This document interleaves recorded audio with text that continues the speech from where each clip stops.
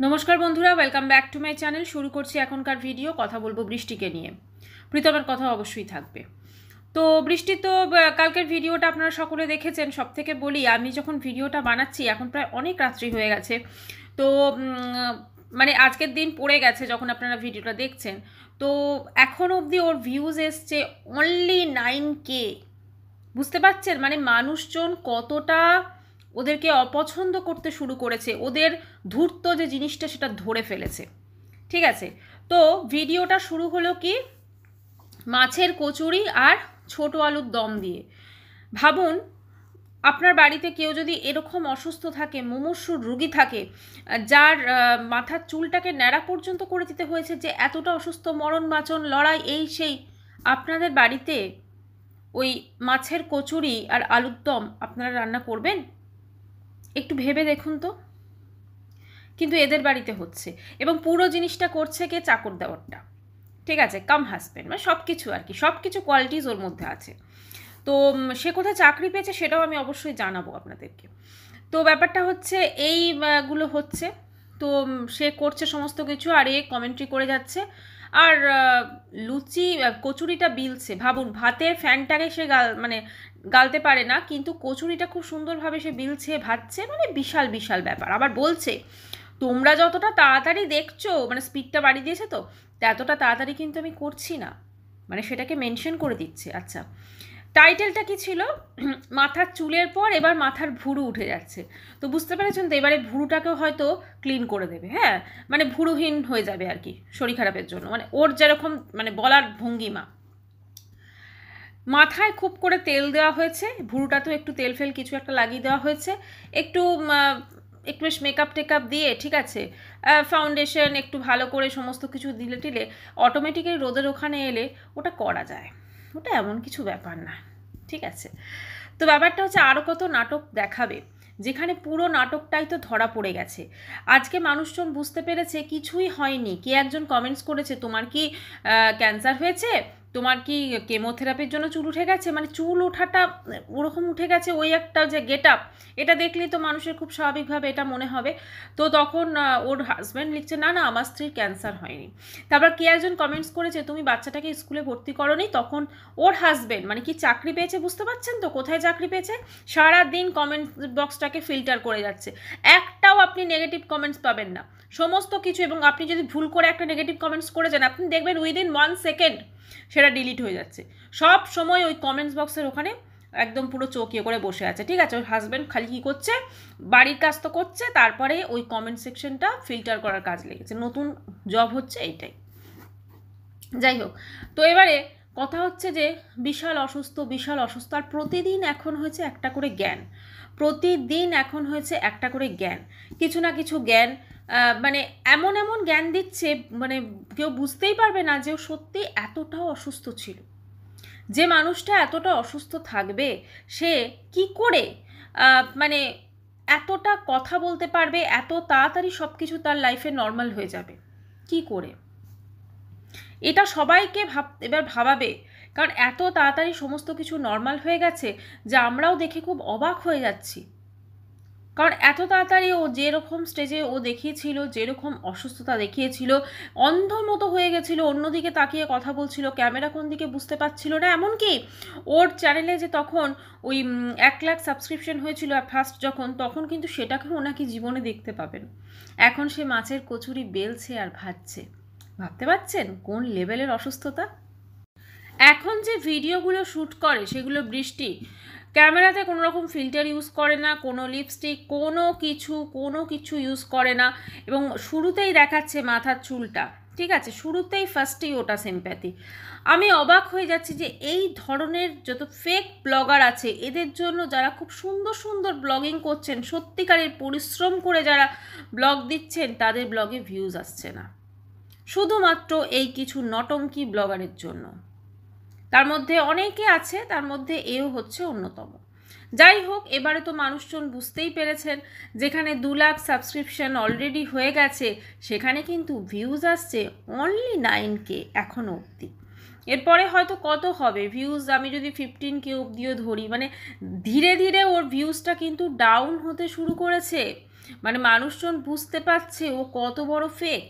আচ্ছা, আর একটা প্রসঙ্গ আমি একটু আলোচনা করতে চাই, সেটা হচ্ছে ওর এই যে বিয়েতে ওর বাবা কিন্তু এর আগের বিয়েটা, ওর তো বা দুটো বিয়ে হয়ে গেল, এই বিয়েতে যেমন ওর বাবা সংসার টংসার সাজিয়ে দিল, প্রেশার কুকার, কড়াই, এই সমস্ত, আগের বিয়েতেও কিন্তু ফার্নিচার্স দিয়েছিল, সমস্ত কিছু দিয়েছিল। ঠিক আছে, তো সেইগুলো গয়নাটা বোধহয় ও নিয়ে এসছে বা কিছু, সেইগুলো কিন্তু আনেনি, সেগুলো কিন্তু শ্বশুর বাড়িতেই আছে এখনও অবধি। যেহেতু লিগাল যে প্রসিডিওর ডিভোর্সের মেবি এখনও শুরু হয়েছে কি হয়নি, তো সেটা তো খতম হয়ে গেলে তারপরে সেটা আনবে, মাল রিকভারি কেসে যেটা হয়। তো ব্যাপারটা হচ্ছে এই যে টোটাল যে একটা নটঙ্কি করলো, এবং এই যে প্রীতমকে ওর বাবা মা মেনে নিল, এটা ঠিক কিসের জন্য?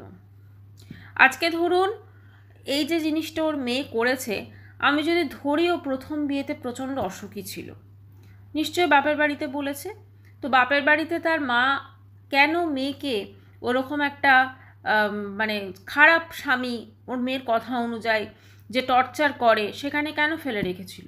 কেন তার বাপের বাড়িতে তাকে নিয়ে যায়নি?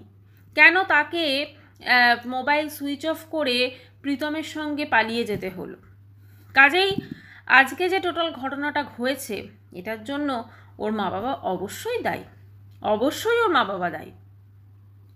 আজকে ধরুন ও যে একটা ছেলের সঙ্গে এরকম সম্পর্কে লিপ্ত, ডেফিনেটলি দেখুন এইটা একটা জিনিস বলি, আজকে যতই আমরা বলি যে ওর হাজবেন্ড খুব ভালো বা বৃষ্টি খুব খারাপ বা বৃষ্টি, কোথাও না কোথাও হয়তো সেই জিনিসটা ওদের দুজনের মধ্যে হয়নি, দুজনের মধ্যে একটা অ্যাডজাস্টমেন্ট, দুজনের মধ্যে মানিয়ে নেওয়া, যেটা হয়তো প্রীতমের মধ্যে পেয়েছে। হুম, তো সেই জায়গাটা হয়তো ওর হাজবেন্ড ওকে দিতে পারেনি, কোথাও না কোথাও কিছু একটা হয়নি, ওকে। কিন্তু সেই সম্পর্কটাকে থেকে বেরিয়ে আসা বা সেই সম্পর্কটাকে শেষ করার জন্য ওর কিন্তু এই যে স্টেপটা, ভুল স্টেপ, প্রীতমের সঙ্গে শিলিগুড়ি পালিয়ে যাওয়া, এটা কোনোভাবে উচিত হয়নি। ডিভোর্সের অ্যাপ্লাই করতে পারতো, ডিভোর্স পেয়ে যেত, তারপরে সে অন্য সম্পর্কে যেতে পারতো, মানে অ্যাটলিস্ট সবার সামনে। কিন্তু এখানে কি হলো, সোশ্যাল মিডিয়াতে ও সবার সামনেই মোটামুটি দেখা গেল যে প্রীতম ওরা একসাথে রয়েছে, প্রীতমের সঙ্গে ও জড়াজড়ি করে শর্টস করছে, রিলস বানাচ্ছে, সমস্ত কিছু নিশ্চয় ওর হাজব্যান্ড দেখেছে বা দেখছে। তো কোথাও না কোথাও একটা সম্মানেরও তো ব্যাপার থাকে, এইখানে অনেকটা সম্মানহানি হয়েছে, সেটা ওর বাবা মার দিকের আত্মীয় স্বজনেরও হয়েছে, শ্বশুরবাড়ির দিকে সবার হয়েছে। এখন বিভিন্ন মিথ্যে কথা বলে সমস্ত কিছু করে এবারে আবার বলছে পরের দিন থেকে নাকি ওর হাজব্যান্ডের অফিস শুরু হলো, বা তারপরের ব্লগটা দিয়ে যে এখন আবার একটা দিনেই 2 দিনের ব্লগ দেয়। ঠিক আছে, তো সেখানে দেখালো তরকারি কেটে দিয়ে গেছে, ওর হাজব্যান্ড ভাতের ফ্যানটাকে গেলে দিয়ে যাচ্ছে, তো বলছে আজকে রান্না আমি করব। মানে যার বাঁচার কোনো ঠিকই ছিল না, সে এখন রান্না করবে। তো এই মিথ্যা কথাগুলো বোধহয় না বললেই পারতো। আজকে হয়তো মিথ্যা কথা না বললে ওর গ্রো হতে হয়তো একটু টাইম লাগতো, কিন্তু ওদের কিন্তু মানুষজন পছন্দ করতে শুরু করেছিল। মানে ওই অসুস্থতার নাটকের আগে আমি বলছি, অসুস্থতাটা তো প্রচণ্ড সিম্প্যাথিতে আজকে 2 লাখ সাবস্ক্রিপশন হয়েছে, কিন্তু তার আগে অবধি কিন্তু মানুষজন পছন্দ করতে শুরু করেছিল। ওই যে অতি লোভে তাঁতি নষ্ট একটা কথা আছে না, ব্যাপারটা সেরকমই হলো।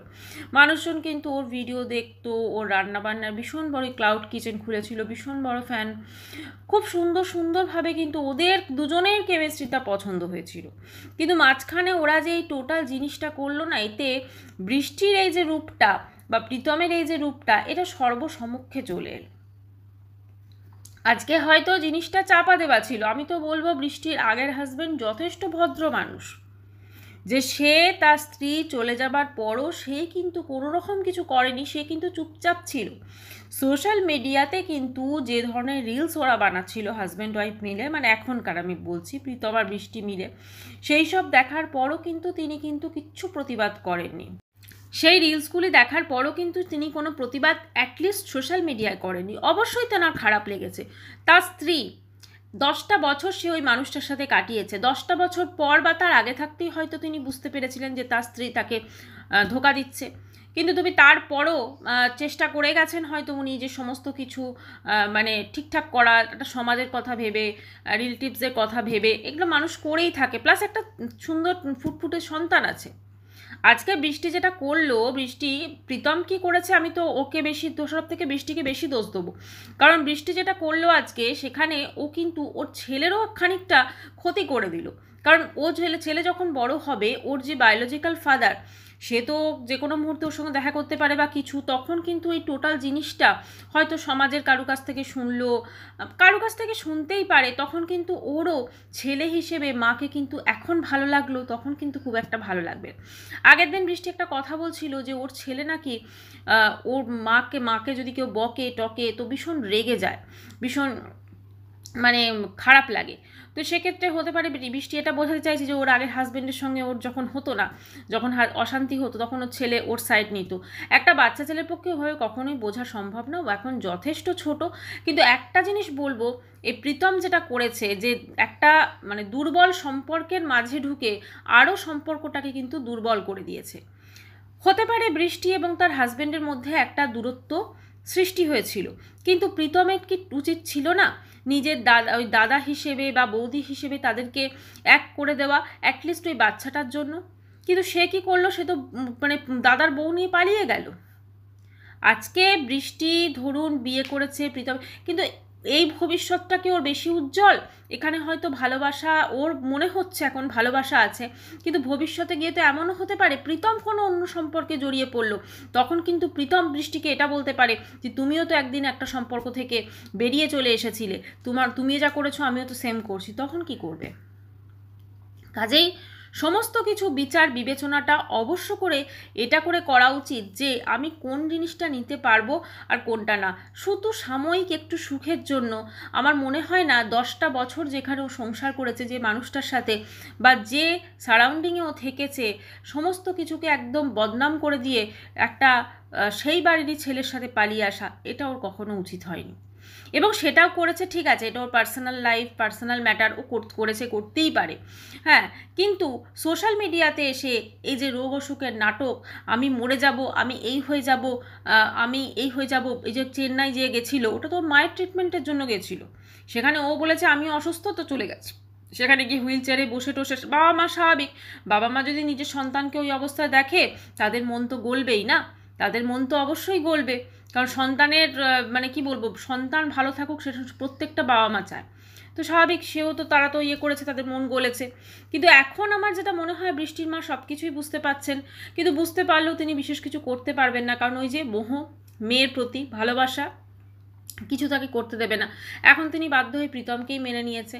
আর প্রীতম যেহেতু কোনো চাকরি বাকরি নেই, কিছু নেই, তো সেক্ষেত্রে ওদেরকে মানে সাথ দিতে পারছে। বৃষ্টি ঠিক যেমনভাবে চাইছে, কারণ বৃষ্টি সবসময় চায় কেউ একজন বেশ ওর কাছে এরকম হেল্পিং হ্যান্ড টাইপ থাকবে, ওই প্রীতমের মতো সমস্ত কিছু ওর করে দেবে, আর ও কমেন্ট্রি করে বেড়াবে, আর খুঁত ধরবে, এ করবে। তো সেটাও পেয়ে গেছে, ঠিক আছে, এখানে না তো ওকে নিজে কিছু করতে হচ্ছে না কোনো কিছু। এর আগেও তো ওর রান্নার লোক ছিল কলকাতাতে, তো খুব মানে কি বলবো, বেশ ভালোই হয়েছে, ভালোই, প্যাকেজটা বেশ সুন্দর, ঠিক আছে, কোনো কিছু করতে হবে না, কোনো কিছু না, একদম ঠিক আছে, সব দিক থেকে ঠিক আছে, সব দিকের চাহিদাটা পূরণ করে দিচ্ছে একদম পুরো। একটাই বলবো, এই যে মানুষকে ঠকায় না, আজকে যেমন বৃষ্টি ওর হাজব্যান্ডের সঙ্গে যেটা করলো, অন্যভাবে হয়তো প্রীতমের কাছ থেকেও যদি না ঠকে, ও তো প্রচুর জ্ঞান দিচ্ছে, হয়তো অন্যভাবে নিশ্চয়ই ঠকবে। কারণ আমি বলছি না যে বৃষ্টির আগের হাজব্যান্ড খুব ভালো, আমি এটা বলছি না, কিন্তু কোথাও না কোথাও সেই মানুষটা কিন্তু যথেষ্ট ভদ্র, এত কিছুর পরও কিন্তু সে সোশ্যাল মিডিয়াতে কিন্তু আসছে না বা কোনো কিছু সে বলছে না, ঠিক আছে, মানুষটা কিন্তু ভদ্র। কাজেই ওই রকম একটা ভদ্র মানুষকে ও যখন ছেড়ে এসে প্রীতমের মতো একটা মানুষের সাথে আছে, আমার মনে হয় না ও এই যে এখন দুজনের মধ্যে যে সখ্যতাটা আছে প্রীতম আর বৃষ্টির মধ্যে, এটা লাইফ লং চলবে। কারণ যে সম্পর্কের কাছ মানে যার কাছে সম্পর্কের কোনো ভ্যালুই নেই, আজকে একটা বছর ধরে ওর ভিডিও যদি আমরা দেখি, কন্টিনিউ সেখানে ও প্রথম হাজব্যান্ডকে দোষারোপ করে গেছে, কন্টিনিউ দোষারোপ করে গেছে।